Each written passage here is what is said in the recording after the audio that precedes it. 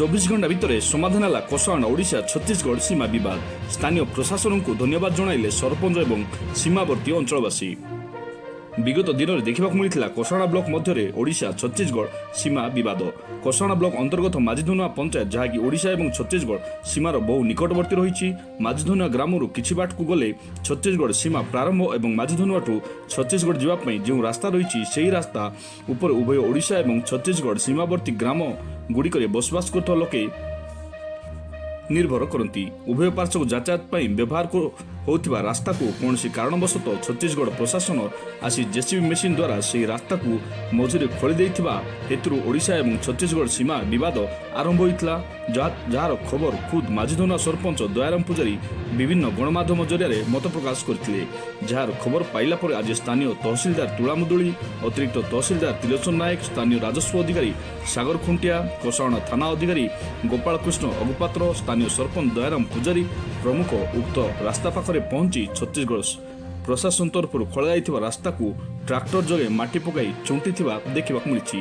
विगत दिन में ओडिशार कोटियारे जेभली सीमा बद उपजुला से कोसाउणार सीमा बद बढ़िया पूर्व ही कोसाउणा स्थानीय प्रशासन तुरंत बदर समाधान करने अंचलवासी स्थानीय तहसिलदार, स्थानीय बीडीओ और स्थानीय थाना अधिकारी को धन्यवाद जणाइछन्ति। कोसाउणार दिव्य सियाल रिपोर्ट, भारत ऑनलाइन टीवी।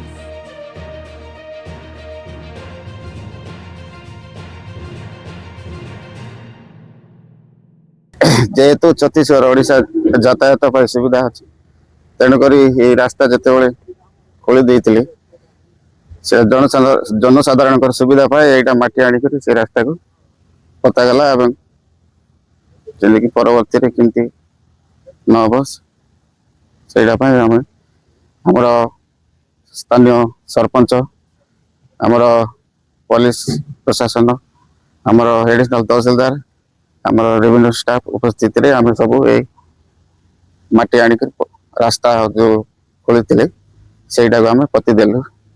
जेहेतु यहाँ गोटे नीतिदिनिया यातायात कर जनसाधारण यातायात कर सुविधा आम ये रास्ता सर रास्ता केबे खोलाइतला एवं केउ कारण छत्तीसगढ़ सरकार खोलीतला कोन कहि एटा तो हम नॉलेज नथिला।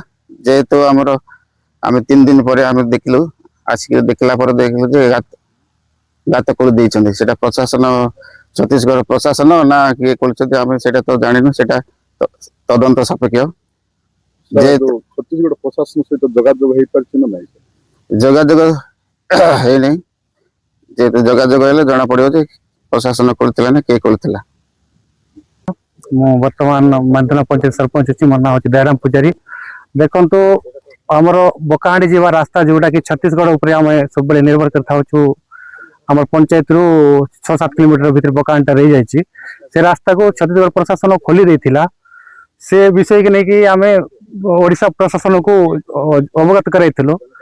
तापर आज आमर कोड़िया तहसीलदार तापर कसागुंडा आईआईसी कसागुंडा बीडीओ आसिक आज समस्यार समाधान करछन्ते माटी भर्ती करी खाल को तो यार समाधान हो गला तो कुछ विवाद नहीं किछ विवाद नहीं।